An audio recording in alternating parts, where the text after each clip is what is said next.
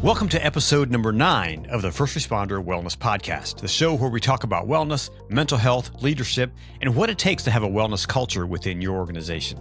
Hi, my name's Conrad Weaver, and I'm not a first responder, but I've worked with first responders from all across the country for my documentary film, PTSD 911. My guest today is Dr. Rita Brock. Dr. Brock is the Senior Vice President for Moral Injury Recovery Programs at the Volunteers of America. She leads the organization's effort to deepen understanding about moral injury in the many populations who experience it. The center built on Volunteers of America's work, spanning more than a century of helping veterans and others who live with this emotional trauma.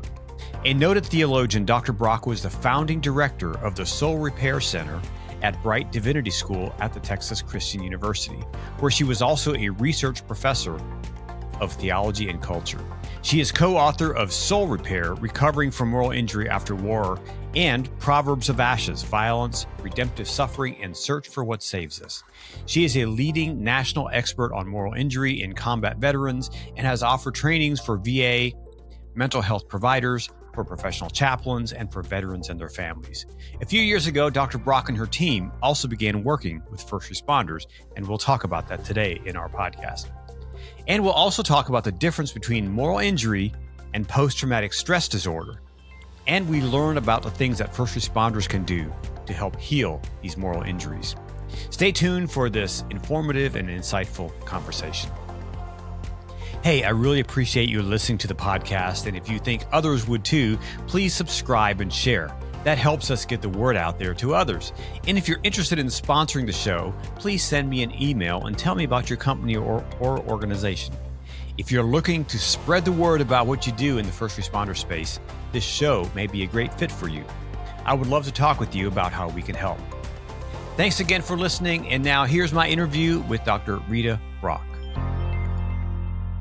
Well, Dr. Rita Brock, welcome to the First Responder Wellness Podcast. Thank you so much for joining me today.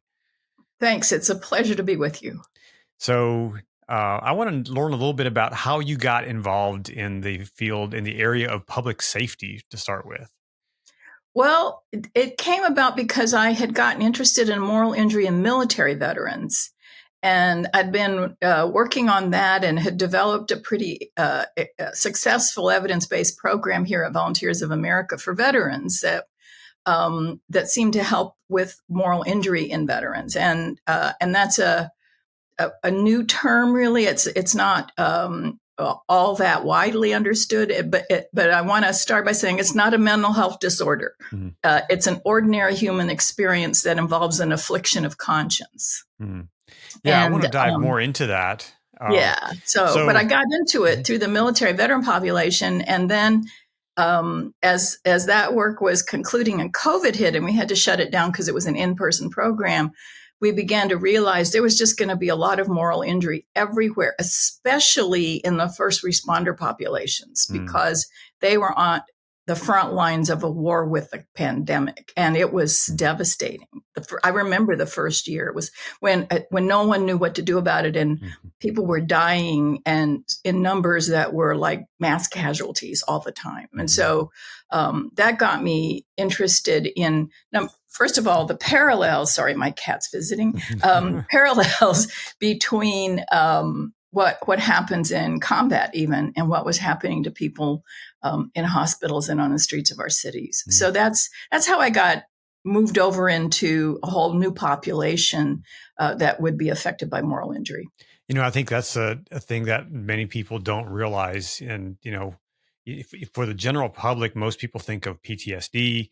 You know, they think of that as, you know, it's a veteran thing. It's someone who was involved in a war, which is absolutely true. I mean, there's, you know, but it's, you know, having our first responders, our public safety people affected by these things, it hasn't really risen to the surface until just recently. And hopefully, you know, my film is helping to tell that story as well.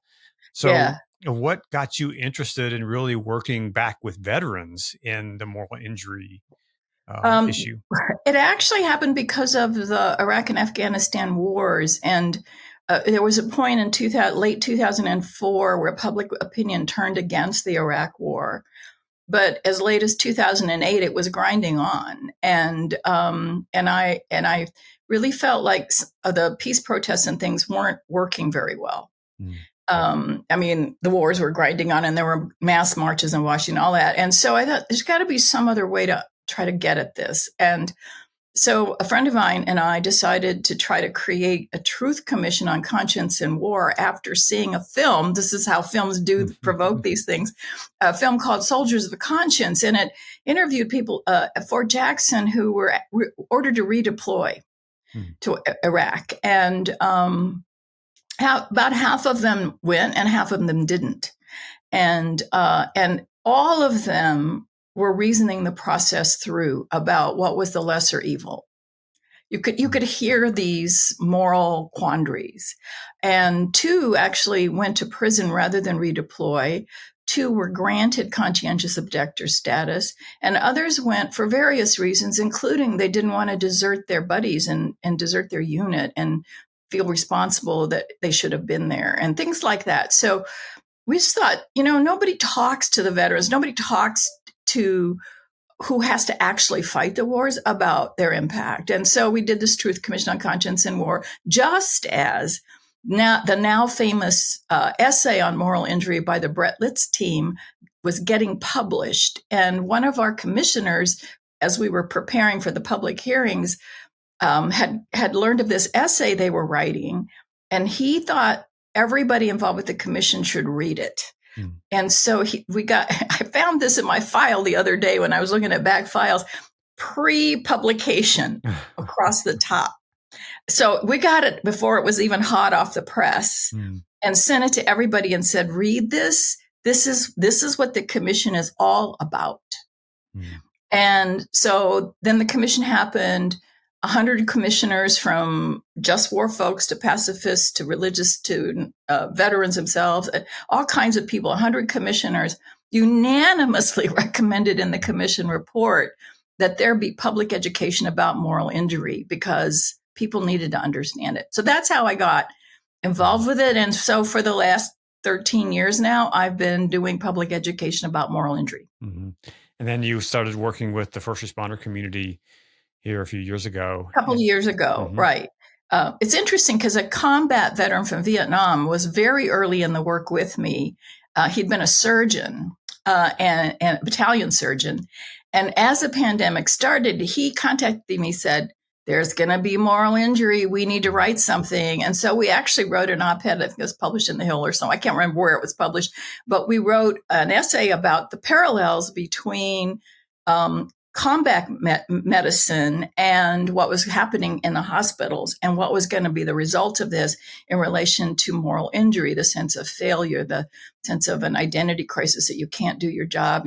Nothing's working. You can't save anybody and all of those things. And one of the things that we clicked through how all the parallels were, including nobody's trained for triage, but in this situation, people were doing triage all the time, trying to figure out who would live and who would die, which is something that they're trained to save everybody, not to let people die. Right. So all of that. And then I said, and you know what? He said, what? I said, in combat, your family's home safe somewhere. You may not know what's going on with them, but you know that they're not getting shot at. But in the pandemic, people were having to sleep in hospitals or worry that they were putting their own families at risk doing this work. So that was that added layer, I think, of ambiguity and stress because you never knew if you took enough showers in it because it wasn't clear how it was transmitted. And were you better off not even seeing your family? And what did that mean? So it was really much more complicated when the enemy is in your society right next door. Right. And wow, just remember hearing those stories from first responders who said, every time the tones went off, they had to, especially if it was some kind of a breathing issue, they all had to suit up and you just didn't know what you were going to face. And then, like you said, didn't know if they're going to take it home with them. And just that stress. That too. Or that they were going to jump in their ambulance and arrive and the person ought to be dead. Right. I remember the rookie EMT that was the first reported suicide it was late April of 2020. he'd only been on the job a few months. He used his retired police father's revolver to go to the river and shoot himself. But he told a friend a couple of weeks before he loved his work, and then the pandemic started, and he was just so defeated. He said, "All I'm doing is moving dead bodies." Wow. So for our audience, let's describe what is moral injury. It's what happens to a good person who hits an experience or a series of experiences that they can't make moral sense of, either because they failed to do what they believe was the right thing to do, or they failed to execute the mission they were on and feel like somehow they were responsible for harm, either by inflicting it or witnessing or failing to prevent it. Or being put in a situation either by a system or an authority figure or just life circumstances where they can't do the right thing, where they're forced to sort of choose a lesser evil because there's no good thing they can do. And when a good person hits those kind of situations, their conscience bothers them. And they may put it aside because it's a moral judgment they're making about their experience. And that judgment may come as the experience is happening, or it may come a decade or two later. You just never know when that conscience is going to start coming back and haunting you, right? So people will work to exhaustion so the stress keeps the thoughts away, because there are terrible feelings associated with that kind of sense of moral failure, like guilt and shame, or even fury and outrage, or just defeat, despair. So to keep those are painful feelings. To keep them at bay, people will work like crazy, or start drinking, or do other things to distract themselves so they don't have to think about it. And they may even reach the point of deciding to quit a career they loved, or taking their own life. It can be that serious. How is that similar or different from what's commonly known as PTSD? Well, the symptoms for PTSD involve some things like memory loss, because when you're terrified, it's when you're terrified, your fear system actually shuts your memory processing down just so you can react without having to, think about how you're going to remember. It just doesn't need you to remember. It needs you to act. And so people can actually not remember the incident very well, or have holes in their memory, but then the memory comes back as flashbacks or nightmares sometimes. So it's in there, but it's not in there in the memory processing system so you can access it as memory. It's a reliving rather than a memory. And the reliving brings all the stress and everything involved with the event back. So you might, you can have intense fear responses, and even have triggers, like in a normal situation, something just reminds you of that incident, and then the whole thing floods back in. That's PTSD, and it really is your fear system out of control. And they now have 4 chemicals they can test in your body to diagnose it. That was a news story a couple of days ago, that they've discovered that people who have symptoms of PTSD have these 4 markers physically for it. So that's actually useful for a diagnosis beyond the symptoms. And so treatments involve reliving the experience until you can get a coherent memory of it, remembering it in a safe context so the fear feelings begin to subside in relation to the memory. It's often you might have phobias or be hypervigilant. Those are all PTSD, and there are really good treatments. And I'm grateful to the veteran community, because a lot of those treatments were developed to counsel veterans and help veterans. That is not moral injury. Moral injury is you have a memory and it's not feeling good to have it. You have a memory that creates a moral judgment about the sequence of events. And you may have a memory of something and have moral injury without any symptoms of PTSD. So they're not the same, but often they do overlap, because a lot of the kind of things that challenge us morally are also in situations of terror, or where harm is fierce. And so your fear system is activated. That's certainly true in things like combat, where people are shooting at you. But but the military trains people for that. So it's actually less common in veterans than even like civilians in a terrible car accident or things like that. So they're similar because they overlap, but they're not the same thing. And what helps with PTSD can actually lead to worse moral injury. So if you finally get a coherent memory of a thing you couldn't remember very well, you may realize, oh my God, I'm the reason that person died. Mm-hmm. And you didn't quite have that clear before. So this is why I think it's also important for mental health professionals to know something about moral injury, even if they're not going to treat it, to be on the lookout if they're treating, especially for something like PTSD, to see if the person is beginning to express value judgments or a sense of worthlessness or a sense of like, I don't know who I am anymore that I could do that. Those are moral injury statements. Or how could God have let that happen? That's a moral injury comment. That is not a mental health problem. Mm-hmm. And in fact, there's a really interesting protocol that some clinicians in San Francisco developed that is what they call impact of killing. They found that veterans who kill in war are twice as likely to die by suicide than other veterans.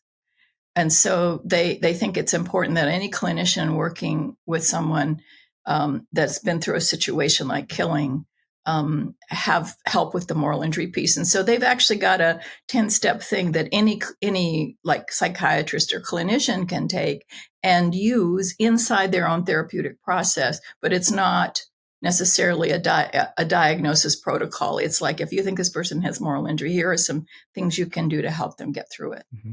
What are some of the that's a long answer to your Sure. question, but I think it's important to know that because it's not a mental health problem, mm-hmm. It isn't that mental health professionals can't be helpful. Mm-hmm. What if I have had some of those thoughts or ideas floating through my brain? Maybe I've said some of those things. What are some of those other symptoms, perhaps, of moral injury that could indicate that, yeah, maybe this is a problem I have? Yeah, well, one, you're probably somewhat disconnected from significant relationships because there's a whole emotional world inside you you're not wanting anyone to access. So you're not as emotionally available. You may seem withdrawn to other people. You may seem sort of shut down and cold and not yourself. That's often like, well, they're not acting like themselves. There's something wrong. That's an intuition people often have. It doesn't help to say, hey, is something wrong? It's like, there is, but you're not going to say so. But that's one sign. Another is that you just, like, something breaks in you emotionally, and you either don't think you know who you are anymore, or you may suddenly not love what you used to love doing. Wendy Dean, in her book, If I Betray These, Wendy Dean and Simon Talbot are doctors who study moral injury in medicine, have a book called If I Betray These Words. And she describes her own journey of sort of giving up on medicine, which she had wanted to do since she was a girl, because of a whole series of breakdowns in the healthcare system that made being a doctor almost impossible for her. And Simon Talbot, he's a professor at Harvard Medical School, so he's still doing it, but he recognizes what moral injury is because of his own experiences as a doctor. So it that sense of, I used to love this, but I can't do it anymore. That's a serious break in mission, life purpose, those kinds of things. And it's not fixable with a vacation. It's not what people call burnout, where you're just too exhausted and you just need rest. Because the reason you need the rest, you need time, is the reason you don't want time. Because stuff will come up and you'll have to think about it. And the only way to address moral injury is to go through it. You cannot fix it by avoiding it. And it's not a fix in the normal sense of it, because you're never going to forget the worst things that ever happened to you. Is moral injury related to moral failure? Yes, it can be. It can be that you were so angry at some point you lost it and you did something that is irreversible harm to somebody. Or you gave up on what you needed to do at a moment when you were most needed to do it. Those So kinds of in things. our first responders, so law enforcement, police officers, firefighters, EMTs, even 911, how would that play out perhaps in some of those roles? Well, those are often how would I put it? Those teams train like athletes to do things without thinking. Because in emergency situations, thinking will slow you down, and it's not helpful to have to think through everything you do when you are in those kind of dire life or death emergency situations where harm is imminent. So teams work they just work by rote. It's habit, and that's really important. But when you're doing things by habit, you're not thinking about them, you're just doing them. And sometimes what you know by habit doesn't work, or it's counterproductive in that situation. And then you feel terrible because you messed it up, because you did something that you were trained to do. And at that moment, that was the wrong thing to do.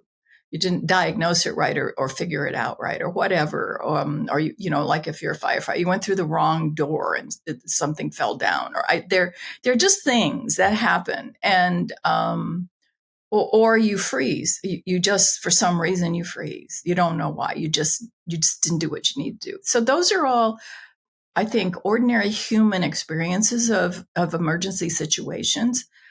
And so it's only afterward that I think you start to feel horrible.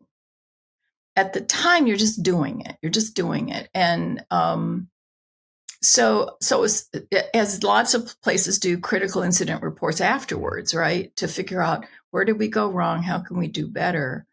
And sometimes it's in that process that you can begin to wonder about yourself, or about a member of your team that you're angry with because they didn't do the right thing.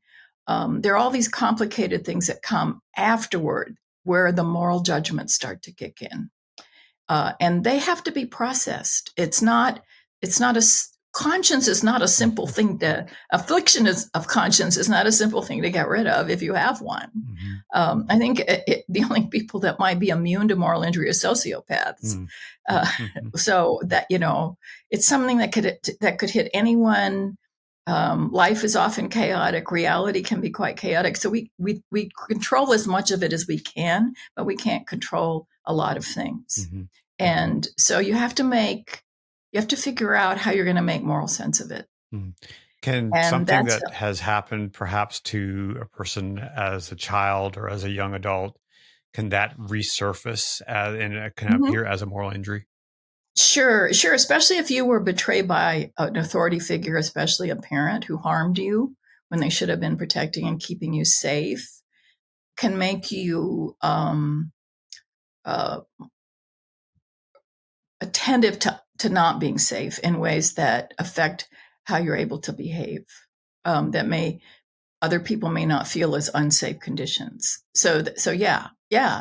I have a friend who works in San Quentin prison with lifers, and he believes that there's an original trauma in childhood that never got resolved that drives violent behavior in adulthood. Some kind of fury or anger, just some need for control that's part of it, that's violence. So what's the process? What's involved in healing a moral injury? Being able to pull up all those difficult and awful feelings in a place where you feel safe doing that, where you're not going to be beaten down more or judged. And so any context in which somebody's going to feel judged, they're not likely to want to process any of it. They won't bring it up. But in a safe environment, and in our programs for moral injury, we use what we call peer specialists. That means that they may not be peers in the sense that they're in the very same kinds of jobs as other people, but they're people who understand moral injury because they've processed it themselves. And they're in the group as a member of the group, not as a fixer. So they're there to help the group listen to each other and support each other, because the first step in processing moral injury is to talk about it, especially about the feelings involved, because they're what are driving avoidance behaviors that are often self-destructive avoidance behaviors. But we had people go through our programs and say to us, oh, my therapist, I was being treated for PTSD, so my therapist thought I might find this helpful. And then after 5 days later, they say, wow, I told things to my group I would never have told my therapist. Wow. So, why do you think that? Why do you think they were more apt to do that if in a group? Well, because they were in a group where they thought people would understand what they've been through. And our groups of first responders are facilitated by people who've worked in some kind of first responder work. They may not have been the exact same kind of work, but they understand that sense of mission and life purpose and failure, and have worked on it themselves. And so they know it's painful. So we have ways that we try to create a really deep listening environment that's completely non-judgmental, where people can just dump a lot of bad stuff.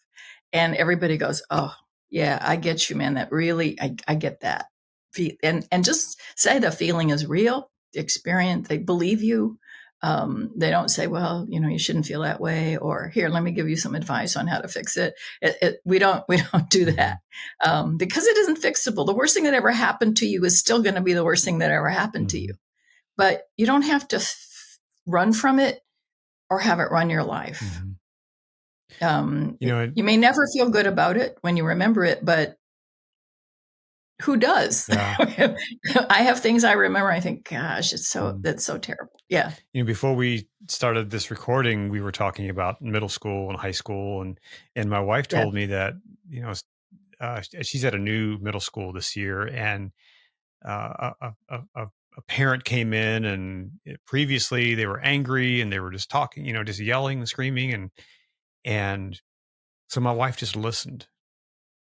And sometimes I think that's what we need, is just someone just to actually hear us and to listen. Yeah. Instead of just trying to, well, here's some things that you can do to fix that, try to jump the gun on that. Let's just listen. Let's just stop and listen. And that's so meaningful when someone just does that, just is present and listens. Just says, I get you feel that way. I had a kid in my youth program in the LA school district who'd been in juvenile detention for murder. And I only knew that because somebody told me. He didn't tell me that. But he sat in my small group with other kids, and he never said anything. He just sat there. And I didn't try to push him because he wasn't disruptive. He was just quiet. He wasn't sitting there with a gloomy cloud, a sullen. He was just very quiet. And at one point in a larger group context, somebody shared how devastated his mother had been when his brother had been killed in some kind of gang thing. And so when we went to our small groups, I noticed that this very quiet guy had been weeping. I could tell his eyes, he just had that look, but he didn't say anything. So everybody else in the group shared something they were thinking about or carrying in relation to the topic of family. And near the end, I just looked at him. I've never called on him for days, but I looked at him and I said, you look like you might want to share something. You have anything you'd like to say? And he said, if I were that guy's mother, I'd want to kill me. And I just said, thank you so much for sharing that. I really appreciate it. And then we had a closing activity. And then afterward, I pulled him aside and I said, I just want you to know, if whatever you were feeling today, I think is really, really important. And I want to tell you how grateful I am that you said anything in the group. I mean, I didn't know what else to say to him, but I felt like there was something that changed in him, some shift that happened that day. And I have no idea what his fate was after that, but that sense of regret, clearly in what he said, that sense of, oh my God, I did this awful thing, I thought was really, he had hit his moral injury moment. I didn't know what it was at that. Sure. I wouldn't have known what to call it, but that pain is his humanity. That's the thing. The moral injury is incredibly painful, but it's at the core of your own goodness and humanity that you feel that way. And you can't get to the good part if you can't wade through all that heaviness. How is moral injury connected to or related to spirituality? Oh, I think it's a soul wound, actually. I mean, if I were to use religious language for it, my background is Buddhist and Christian. My grandfather was a Buddhist priest, but I was raised as a Christian. So I have both sort of in my background. And it's a break in your sense of core self, and a kind of avoidance of going there because you're carrying, that core self is carrying the pain of what you've failed in terms of your core self, or was done to you to wound that core self.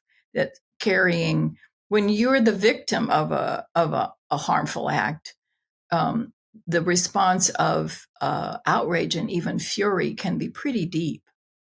It's not just hurt or humiliation or frustration. There's often a kind of feeling wronged. And all of that is because your good self that wants fairness and goodness in the world is really upset that it's been denied you. And you actually can't find that self to find those things again without unburdening yourself of all those negative feelings, those feelings that they're not bad feelings, they're just negative, they're painful feelings. And it's often the case if you're deeply afflicted with moral injury, feelings like joy and hope and curiosity and wonder and anticipation are just impossible for you. You can't access that part of yourself. What should I do if I'm experiencing some of that? Or on the other hand, what can I do if I see a family member or a colleague is experiencing some of that? Well, we have online programs, but I'm not going to go there first. If we are feeling that way or notice other people feeling that way, it's really important to try to find a safe person to talk to.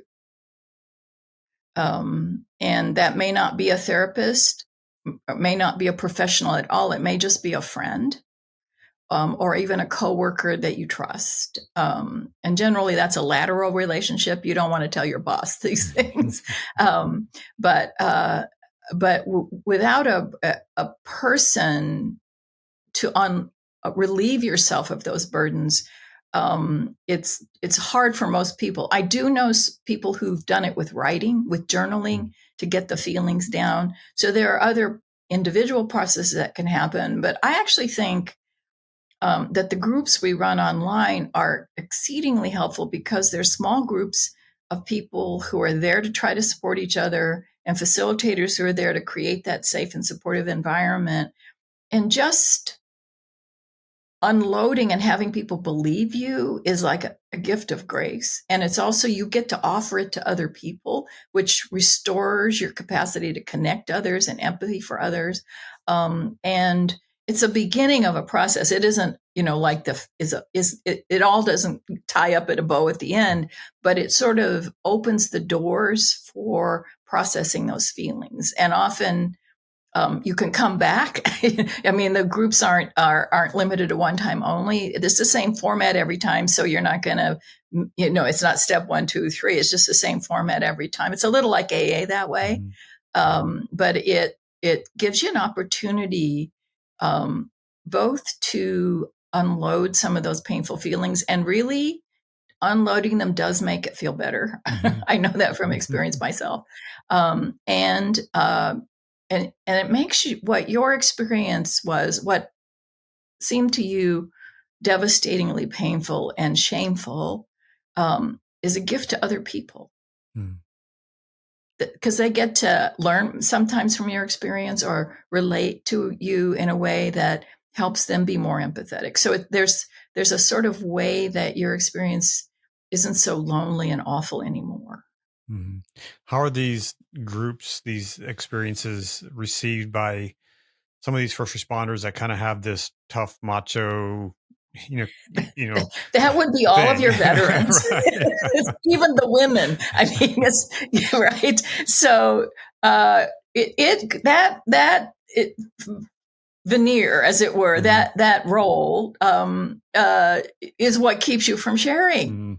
Right? Mm-hmm. It's that sense that I shouldn't have to need help. I actually had one of my best friends who was not a first responder. She's a minister, but she was raised in a minister's family, and she was sexually abused by a neighbor when she was 4. And she grew up unable to tell her minister family about it, not because they weren't kind and loving, but they were taught that you don't burden other people, you help them. Wow. And that's probably So similar to what first responders experience, because they're there. exactly. They are the helpers. They are the helpers. And so don't bother other people with your burdens. Take care of it yourself, or pretend you don't have them. And it's the worst thing you can do. It's absolutely the worst thing you can do. You're actually, when my friend at 36 went through 6 years of therapy to unburden herself of what had happened to her as a child, she came out so much stronger. Her personality was much more integrated. And there were things that she was able to do that she couldn't do for 30 years, like get angry. So it took her a long time. I know people who've had their moral injury for decades, and they finally deal with it. And it makes such a difference in their lives. And it's probably a real sense of relief when someone is set free from that. Yep. Yeah, it is. It is. And there can be a kind of euphoria almost, because often there's deep weeping. There's just the feelings finally get expressed, so your body can let go of them. It's been holding on to them, and which causes great stress also, and it's not so good for you. But so that relieves an enormous amount of pressure and stress. And then, and eventually, and our program, our longer veterans program, we spent the last couple of days after the euphoria helping people find an equilibrium that's not up and down, not pain and euphoria, because you can get addicted to that cycle. But really, now what do I do with this information about myself? How am I going to believe in something again? And how is this belief system going to be able to integrate this thing rather than deny it? And I think that is a spiritual question.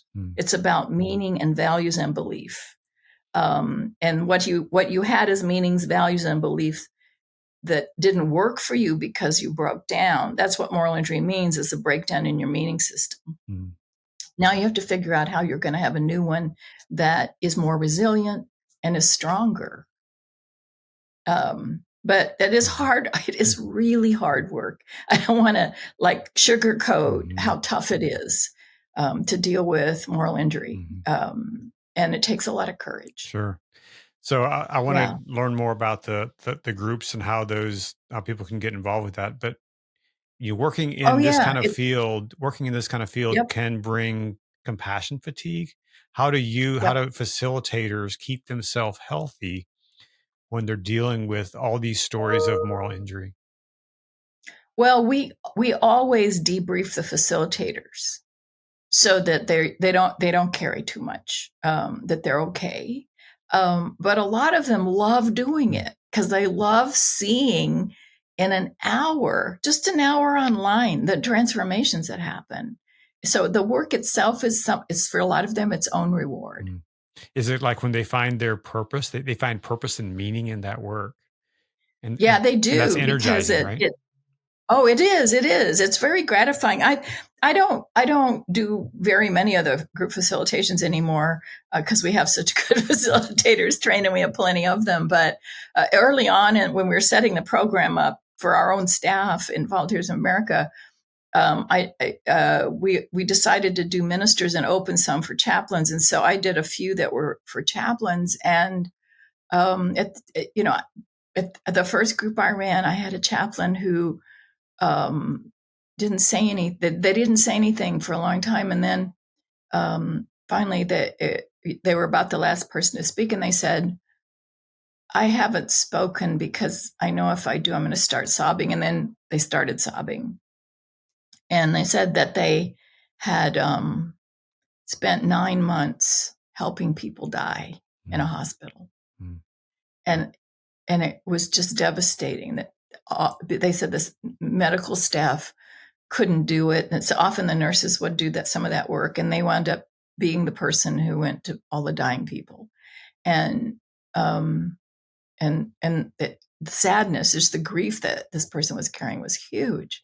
And they did sob. And the group just like virtually wrapped their arms around this person and just said, "Oh my God, and each of them had also pretty harrowing stories, but they were so affirming of the work that this person had been doing. And we always end with an affirmation. And I just said, say something good about yourself. And so we got to this person and they said, "Well, I guess I was able to get up and go to work this morning."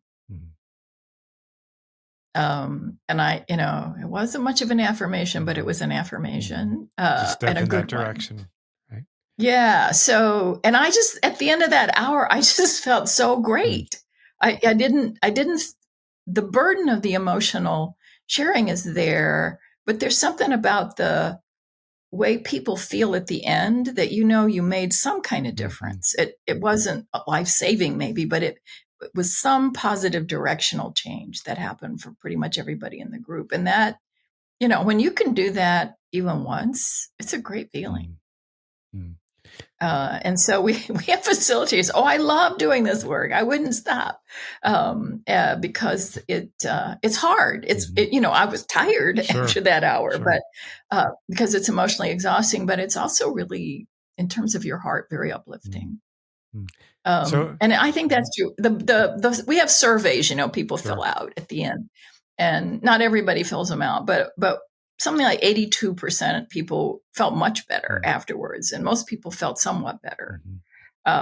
Nobody said I felt worse, so that's good. That was early, but because it is, we're human beings, we're social animals. Connecting at an deep emotional level with people does help make us feel good, even if those emotional connections are powerfully negative. It's the way you go to a memorial service. It's about grief, which is a difficult emotion, but generally you feel better at the end. And you were with others who shared your grief. They may not have known the person in any of the ways that you knew that person, but the grief is the same feeling for everybody. Can anyone as a first responder get involved in these groups or be a part of that? Yep. It's we call our program Resilient Strength Time, and the acronym is REST, R-E-S-T. And so it's a REST program. And so there's a website, REST, R-E-S-T, with the number 4, not F-O-R, but the number 4, rest4firstresponders.com.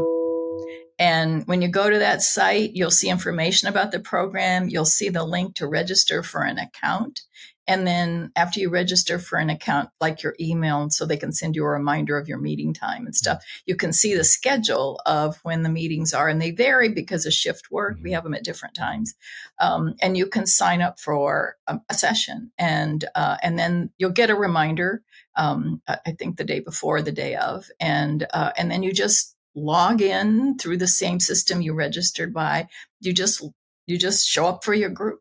And these are all virtual? It's not too hard. Yeah, it's not too hard. It's like going to a Zoom meeting or a webinar or something. You just sign up and go. And you can attend as many meetings as you want. There's no limit. And I guess We then have there's a people that way show up. to, if someone is interested in being a facilitator, there's a process they go through for training and all that. Yep, there's a training process, and yeah, and we have such a variety of people who are the facilitators. We've had paramedic, firefighter, police chaplain, a number of healthcare types. I don't think we've had any dispatchers become facilitators, but that's I loved your film because most people don't think of dispatchers as first responders. Right. And they're often in the worst situation where they don't know what happens, right? They don't find out. They've just gone on to the next call and hope to God somebody got there and save this person, right? Yeah. Yeah. Well, thank you for Yeah, that. What gives you hope for first responders? But my hope for first responders is, well, that people begin to understand moral injury and how important it is to the people get support for it. But I just think first responders are the good people. They take on some of the hardest work in the society, and do it well most of the time. And who does that work except a good person? I don't think sociopaths last long in this kind of work. It's just, it's not, it takes a sense of mission and life purpose and actually caring about other human beings. I have to agree with you. And So I live in Emmitsburg, Maryland. It's a small community. We have a volunteer fire station here. And last night, middle of the night, I hear the siren going off, and I knew guys and gals were jumping out of bed and running down to the station, jumping on trucks and going out, solving someone's emergency crisis. And I thought, you're right. That takes a good person to do that. It does. I mean, who wants to get up in the middle of the night? I didn't want to get up in the middle of the night and go jump on a truck. Or go and face down somebody with a gun who's shooting up a school, or right. And in fact, there was so much anger in Uvalde for the police not going, and who knows how all that went down and why they didn't go in. But the community was outraged because we depend on first responders. It's like when if people can be angry about police violence, but then when you need the police and they fail, it's even worse in some ways. Yeah, right. Because those things could have been prevented, maybe not. But we feel that way. We feel like, well, the first responders have to do their job, and then they often don't get a lot of thanks for it. I have to say, I did love that moment at the beginning of the pandemic in New York, where the shift changes. People went out on the streets and banged pots as thank yous. I think we've forgotten to do that now, because they're still out there doing stuff. I know. Well, COVID has become like a habit. It's like it's just around all the time now. And after the first, I think the second wave just defeated everybody. Yeah, for sure. The first wave, I felt plucky, and and people were making funny videos on Zoom and posting them, and there was a lot of silliness as people kept trying to keep cheerful about being stuck at home and all of that, and jokes about toilet paper or whatever. And but and we started just a little bit that summer to get out a little bit and go traveling, and then that second fall wave hit, and I think it was just too much of a gut punch. I felt it. I certainly felt defeated by it too. And then there was third wave and the fourth, and after the second wave, the third, fourth was like, more of the same. It just. And there's a wave this summer. People hardly paying any attention to it. Right. So we're living with it now, but I think we have not adequately processed what we went through. I think there's a lot of moral injury still out there. And the George Floyd murder and some of the other things that happened polarize people rather than helping people recover. Sure. And I think we're stuck there a little bit. So for first responders, what's an action step? What's one thing that you would recommend someone do if they kind of recognize moral injury in themselves? If they're feeling that moral queasiness and not like feeling like their best self, and having trouble showing up to work as their best self, I recommend just trying one of our hours. It's a start. And if it's helpful, you can come back. You don't have, it's not just a one-off thing. We do have about, I think it's something like 30% of folks return. And it's a way to start processing. We are also we're testing this in Florida. We have a 1-day in-person processing program that's longer. It's not just an hour online. It's like a whole day to help our staff process. And we have a lot of first responders on our staff and stuff. So we've been trying it. And so we have a date in September where we're going to go to Florida, and it's going to all be, I think, firefighters. And we're going to try this 1-day in-person thing. If it works, if it's helpful enough, we're going to see if we can start propagating it in first responder communities, because we have ways to process people for a day and then train people out of that program to become facilitators, so you can have a self-sustaining program in your company or whatever. And you have trusted facilitators, and anytime people get into a state of moral distress, you just run a day's group. Wow. Well, this is such important work, and there's a lot of work to be done, obviously. Yeah. The day-long program, we have a name for it right now. We may change it, but it's called tactical triage for first responders. Yeah. That's a word that would resonate with first responders. So yeah, we thought so. It was suggested by a first responder, but it's a mouthful, so we may try to shorten it. Yeah, but yeah, no, what I've learned from this work is that the people that tend to be at risk for moral injury are the good people. And I have worked with so many amazing people who experience moral injury and know what it is, and have come out of it in amazing ways. Just they're doing really great stuff. Wow. Getting their purpose back and getting back into kind of who they're designed to be. And helping other people get their purpose back. And very good. Yeah. Well, Rita, thank you so much for taking time to talk to us today. I want to ask you one last thing. What's the next thing for you that's fun? Doing anything fun in the next couple of months? I have a friend turning 70, and we're all showing up at a winery in California for a party. So I'm taking a vacation and going wine tasting with some friends. That's a regular thing we do together, but this one's special where we're going to actually stay at the winery. Oh, cool. Very cool. Up in Napa? Or so nobody has to drive. Nobody's designated to drive. That's important. Yeah. But the big thing I'm going to do is go to the Olympics next year. Oh, cool. Very cool. Yeah. That's Paris. I mean. Boy, yeah. Who doesn't want to go there, right? So, very exactly. Cool. Yeah. Fun. Well, thank you so much for joining me today on the show. I really appreciate your insights and the work that you're doing. I really, for all the first responders out there, thank you. Yeah, I'm thrilled to do this work. It's a real honor. Thanks, Dr. Brock, for the work you're doing with first responders. I really appreciate it. And thanks to you for listening to the show. I appreciate you. Please leave a review and give it 5 stars if you think it's worth it. And please subscribe to the show. And just a reminder that you can see a video of this content on our Patreon channel. I'll leave a link in the show notes where you can access that information. We want others to discover this content and benefit from it as well. And remember, you are not alone. And if you need someone to talk to and don't know where you can turn, you can dial 988 for help.